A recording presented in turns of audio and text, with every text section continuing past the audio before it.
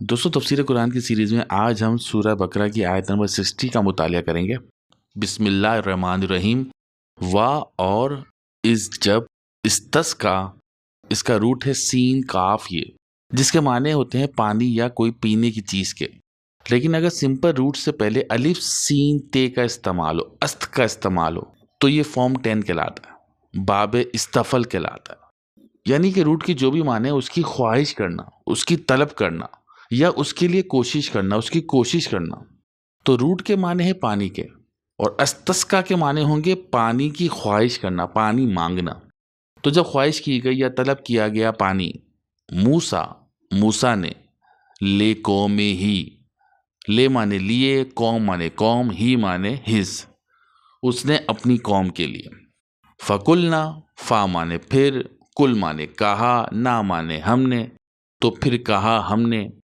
ادرب بعصاکا، ادری فعل امر ہے، حکمیہ جملہ ہے، یعنی کہ آرڈر دیا جا رہا ہے کہ یہاں مارو۔ اور بعصاکا میں جو عصا سے پہلے بے آ رہا ہے یہ حرف جر ہے، اس کے معنی ہوتے ہیں سے، ذریعہ، وجہ۔ تو اگر سے کے معنوں میں لیا جائے گا تو اپنے عصا سے مارو، اور ذریعے کے معنی لیا جائے گا تو اپنے عصا کے ذریعے مارو۔ اس عصا کو ہم تھوڑا سا آگے ڈسکس کریں گے۔ الحجر، پتھر پر۔ فا پھر، انفجرت، اس کا روٹ ہے فے جیم رے، فجر، اس کا مطلب ہوتا ہے کسی چیز کو پھاڑ دینا، کسی چیز کو شک کر دینا۔ صبح کے وقت کو ہم فجر اس لیے کہتے ہیں کیونکہ وہ رات کو پھاڑ کے نکلتی ہے۔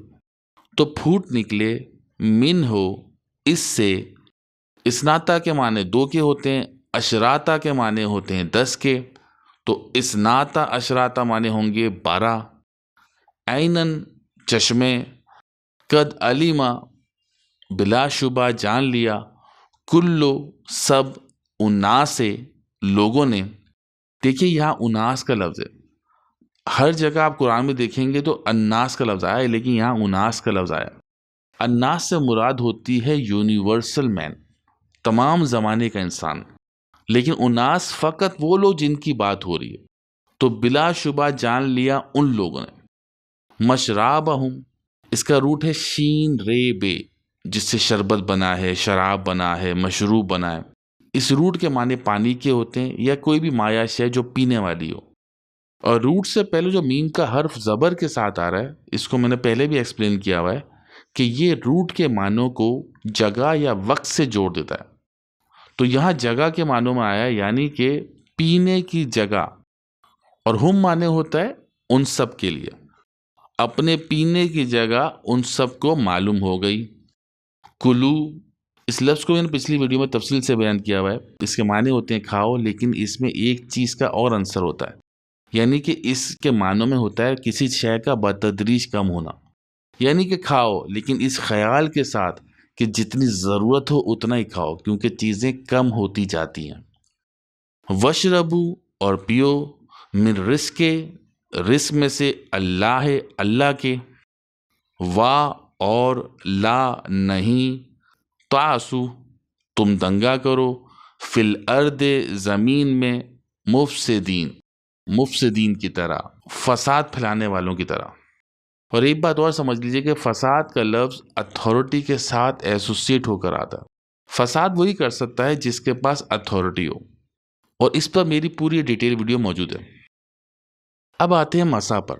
اس لفظ کا روٹ ہے عین صاد باؤ، جس کے معنی ہوتے ہیں اجتماع، جمع ہونا، متحد ہونا، کنٹرول کرنا، قابو میں کرنا۔ یہ تو ہو گئے اس کے لغوی معنی۔ چرواہا اپنے مویشیوں کو جمع رکھنے اور کنٹرول کرنے کے لیے، قابو کرنے کے لیے جس لاٹھی کا استعمال کرتا ہے اسے بھی عصا کہا جاتا ہے۔ موسیٰ علیہ السلام کے واقعے کی گہرائی اس وقت زیادہ اچھی طرح سمجھ میں آ جاتی ہے جب ہم اس عصا کو سمجھ جاتے ہیں۔ دیکھیے ترجمہ تو بالکل صحیح ہوتا ہے، لیکن در حقیقت یہ خدا کے الفاظ ہیں، اور خدا کے ہر لفظ میں سمندر کہہ دیں، کیونکہ یہ اس ذات سے آیا ہے جو تمام علوم کا سر چشمہ ہے۔ تو اس کے دیے ہوئے الفاظوں کی مثال وہی ہے جس میں ہم کہتے ہیں کہ ایک سمندر کو کوزے مند کر دینا۔ اور یہی بات اللہ ایک مادہ مچھر کا ذکر کر کر کہتا ہے کہ ہم شرماتے نہیں مثالوں سے بات بیان کرتے ہوئے۔ جو لوگ فقط ترجمے پر چلتے ہیں تو وہی کہتے ہیں کہ کیا مقصد ہے اس طرح کی مثال دینے کا، اور جو لوگ خدا کے لفظوں پر، ان تمثیلوں پر تحقیق کرتے ہیں تو حقیقت ان پر آشکار ہو جاتی ہے کہ یہ کتاب تو بالحق ہے، بالکل سچ ہے۔ یعنی کہ اللہ نے ہماری ڈیوٹی لگائی ہے کہ ہم ان لفظوں پر تحقیق کریں اور اس میں چھپے ہوئے خزانوں کو آشکار کریں، اور جب ہم ان خزانوں کو آشکار کرتے ہیں تو ہم دیکھتے ہیں اس میں تو ہمارا ہی ذکر آ رہا ہے۔ تو جب ہمارا اپنا آپ وہاں کھڑا ہوا نظر آتا ہے، ہمیں ہمارا پرابلم اسٹیٹمنٹ جب نظر آتا ہے، تو نبیوں نے جو سولوشن کیا وہ بھی پھر ہمیں سمجھ میں آ جاتا ہے۔ اسی وجہ سے قرآن کو سمجھنے کے لیے عربی کے ساتھ ساتھ تصریف آیات کرنا بھی بہت ضروری ہوتا ہے۔ جب آپ ایک واقعے کو جو مختلف جگہوں پر موجود ہے ایک ساتھ رکھیں گے، عربی مبین اور دنیاوی علم کی روشنی میں جب ڈاٹس کو کنیکٹ کریں گے تو معنی و مطالب کی ایک نئی کہکشاں کھلتی چلی جائے گی۔ یہ اس لیے کہ یہ ڈاٹس اللہ نے خود چھوڑے، وہ چاہتا ہے انسان ان لفظوں پر تحقیق کرے، وہ چاہتا تو انسانوں کو صاف آسان لفظوں میں بات بیان کر دیتا، اور ایسا کرنا اس کے لیے کوئی مشکل نہیں تھا، لیکن اس طرح کرنے سے انسانی شعور کی نشوونما نہیں ہو سکتی تھی، اور جب شعور کی نشوونما نہیں ہوگی تو زندگی کا اگلا لیول جو کہ نشوونما یافتہ شعور، نشوونما یافتہ انسانی ذات کا ہے، وہ پھر مکمل نہیں ہو پائے گا۔ اسی وجہ سے قرآن کریم آپ کو بار بار غور و فکر کرنے کا کہتا ہے، تحقیق کرنے کا کہتا ہے، علم اور عقل کا استعمال کرنے کا کہتا ہے، کیونکہ یہ غور و فکر، تدبر، علم یہ ذرائع ہیں انسانی ذات کی نشوونما کرنے کے، انسان کے شعور کا ارتقاء حاصل ہونے کے لیے یہ ذرائع ہیں۔ جس نے اپنے شعور کی نشوونما کر لی، یعنی کہ کائنات میں موجود یا انسانوں میں موجود گرہیں کو کھولنا، کسی معمے کو، کسی الجھن کو حل کرنا، کسی پزل کو سالو کرنا، اور یوں انسانوں کی زندگیوں میں آسانیاں پیدا کرنا، جس انسان نے ایسا کچھ کیا ہوگا وہ اس قابل ہوگا کہ خدا کے بنائے ہوئے اگلے راؤنڈ میں جائے اور وہ کام کر سکے جس مقصد کے لیے اللہ نے اس زندگی میں شعور کی نشوونما کرنے کا امتحان رکھا ہے۔ اب ہمیں سمجھنا ہے عصا کو۔ تو دیکھیے، جو چرواہا ہوتا ہے یہ اپنے جانوروں کو جمع رکھنے اور کنٹرول کرنے کے لیے جو ٹول کا سہارا لیتا ہے، جس لاٹھی کا استعمال کرتا ہے، اس لاٹھی کو عصا کہا جاتا ہے۔ چرواہے اور جانوروں کی تربیت کے حوالے سے جو ماڈرن سائنس کہتی ہے وہ بھی یہی کہتی ہے کہ اگر ایک مخصوص آواز جیسے گھنٹی کی آواز یا لاٹھی کی آواز، اس کے ساتھ بار بار کوئی عمل جیسے کہ کھانا دینا یا کسی چیز سے روکنا یا چلانا کیا جائے تو پھر جانور اس آواز پر ایک مخصوص رد عمل دینا سیکھ لیتے ہیں۔ جانور اس آواز کو شناخت کر لیتے ہیں، سیکھ لیتے ہیں، اور اس طرح اس کے مطابق رد عمل دینا شروع کر دیتے ہیں۔ جانور کو اس طرح روٹین، اشارے، ایک آواز کے ذریعے سے سکھانے کو سائنس میں بیہیویئر شیپنگ کہتے ہیں، جہاں لاٹھی کا کردار ایک اور لیول ایڈ کر دیتا ہے کہ جانور اس لاٹھی اور اس کی حرکت کو دیکھ کر یا تو خوف یا پھر اعتماد محسوس کرتے ہیں۔ یہاں ایک اور چیز آتی ہے جس کو آپ کہتے ہیں ہرڈ انسٹنکٹ یا ہرڈ سائیکولوجی، یعنی کہ گروپ میں رہنا اور ایک دوسرے کی پیروی کرنا۔ اور اس حوالے سے بہت دلچسپ بات ہوتی ہے کہ چرواہا صرف کی مویشیوں کو کنٹرول کرتا ہے، باقی سارے خود بخود فالو کرتے ہیں۔ اور یہی بات اللہ تعالیٰ قرآن کریم میں اس انداز میں بیان کرتا ہے کہ کفار کی مثال ان جانوروں کی سی ہے جن کو ان کے چرواہے نے، ان کے لیڈر نے، ان کے اسلاف نے چند آوازوں پر سدھا دیا اور ٹیم کر دیا ہو۔ اب یہ جانور ان آوازوں کے سوا نہ کچھ سن سکتے ہیں، نہ دیکھ سکتے ہیں، اور نہ بول سکتے ہیں، کیونکہ وہ اپنے اعمال پر عقل کی منطق کی لیئر نہیں لگاتے، فقط آگے چلنے والوں کو فالو کرتے ہیں۔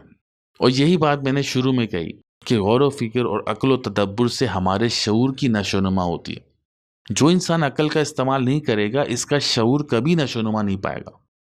اگر آپ کوئی کام فقط اس لیے کرتے رہیں کیونکہ لوگ کر رہے ہیں یا ہزاروں سال سے یہ کام ہو رہا ہے تو اس سے آپ کے شعور میں کبھی نشوونما نہیں آئے گی۔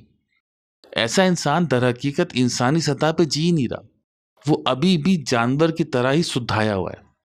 اس عصا کو مزید ڈیٹیل میں سمجھنے کے لیے ہمیں لانا پڑے گا موسیٰ علیہ السلام اور خدا کے درمیان جو مکالمہ ہوا اس کو۔ اللہ تعالیٰ نے موسیٰ علیہ السلام سے پوچھا، یہ تمہارے دائیں ہاتھ میں کیا ہے؟ دوستوں، آپ تصور بھی کر سکتے ہیں اس خدا کو جس نے یہ پوری کائنات بنائی جو ہمارے وہم اور گمان میں بھی ابھی تک نہیں آ سکی ہے، وہ خدا اس چھوٹی سی زمین پر کھڑے انسان سے پوچھتا ہے یہ تمہارے دائیں ہاتھ میں کیا ہے؟ کیا اللہ کو نہیں معلوم؟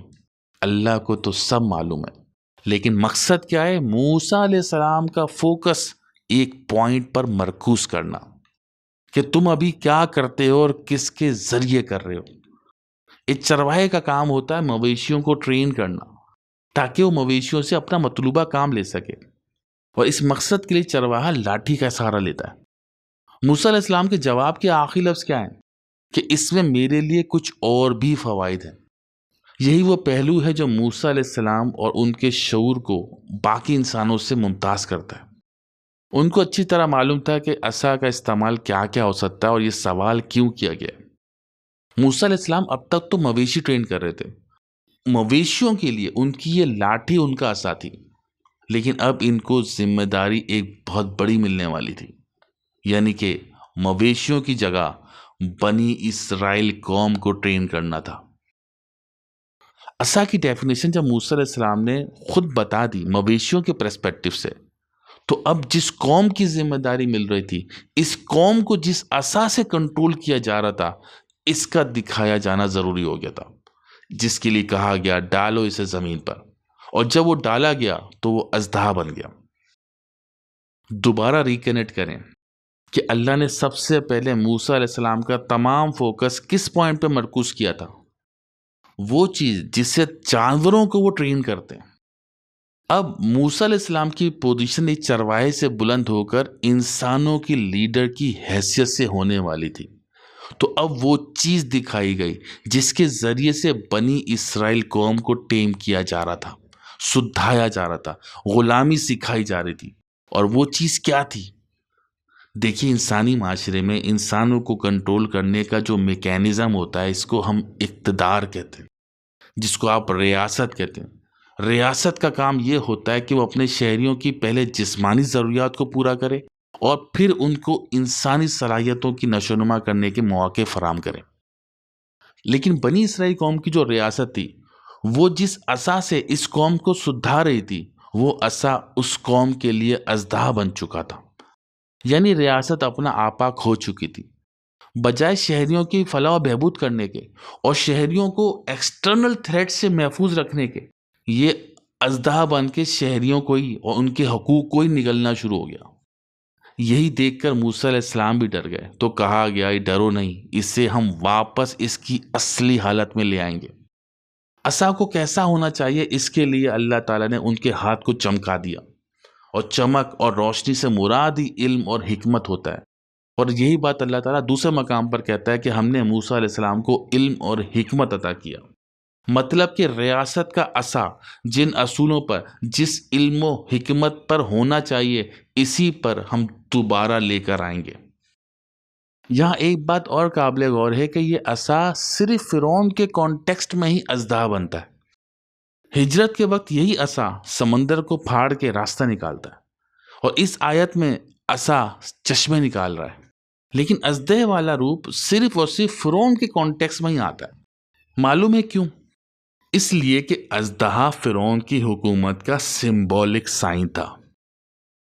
فرعون کے سر کے تاج پر بھی ایک اژدہا، ایک سمبل موجود ہوتا تھا، اور خود فرعون کا جو سر کا تاج تھا وہ بنایا ہی ایسا جاتا تھا کہ فرعون کا چہرہ ایک اژدہے کی شکل میں نظر آتا تھا۔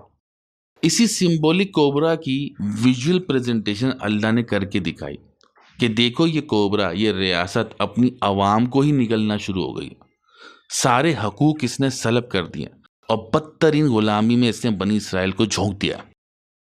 اللہ نے اس کوبرے کو، یہ اژدہا کو، اس پریزنٹیشن کو موسیٰ علیہ السلام کے ہاتھ پر ٹھنڈا کر دیا، یعنی کہ ریاست اژدہا بن کر جو عوام کے حقوق کو نگل رہی تھی، موسیٰ علیہ السلام نے اسی اژدہے کا رخ عوام کے بجائے فرعون کے دربار اور درباریوں کی طرف کرنا تھا۔